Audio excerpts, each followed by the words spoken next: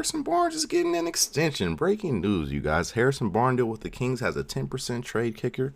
Let's see what the actual deal is. Harrison Barnes is landing a 3-year, $54 million contract with the Sacramento Kings. Now, if I remember correctly, taking that Harrison Barnes contract out of the mix, if they were to, not this extension, but if you were to take away his cap hold, the Kings had around $36 million in cap space. Excuse me. And we're looking at about an $18 million deal for Harrison Barnes. So I think, that means Draymond's no longer on the table for them because I don't think they'll have the money. I think you're not landing Draymond with less than $20 million a year. Why would he not just go back to Golden State for that price? So I think they're out on Draymond. But I don't think they're done. I think there's another move to be had, definitely in the mix. I don't know if Kuzma's willing to take maybe a 4-year deal around this type of money, because if so, that's definitely a possibility. I think Kuzma's probably making more than that, but there's going to be a lot of players in that range. Brook Lopez, I think we just said Brook Lopez is $18-20 million range after this contract.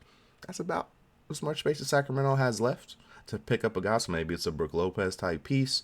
There's going to be options out there. We'll see who they end up picking up. I think Brook makes a lot of sense, especially if Brook's trying to get back to California.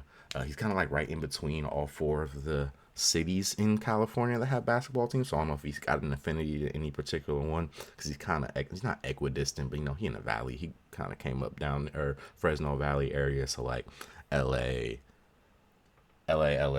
Sacramento Bay. I don't know if he's feeling anyone over the other necessarily. And if Sacramento's the one that has the money, he's got a chance to come back to California. I wouldn't be surprised if that's the next move for Sacramento off of this deal.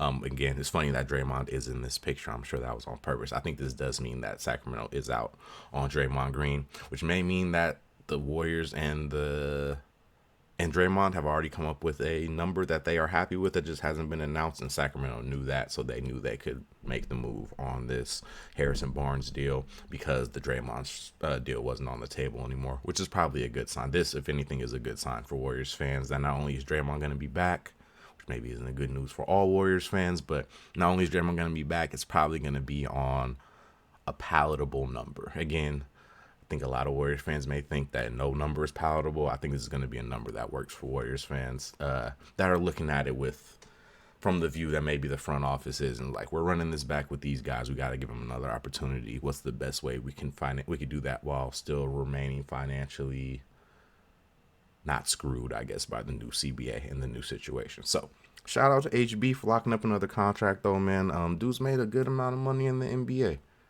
Real bounce back from not being able to make a shot in the NBA finals that one time. But yeah, shout out to HB.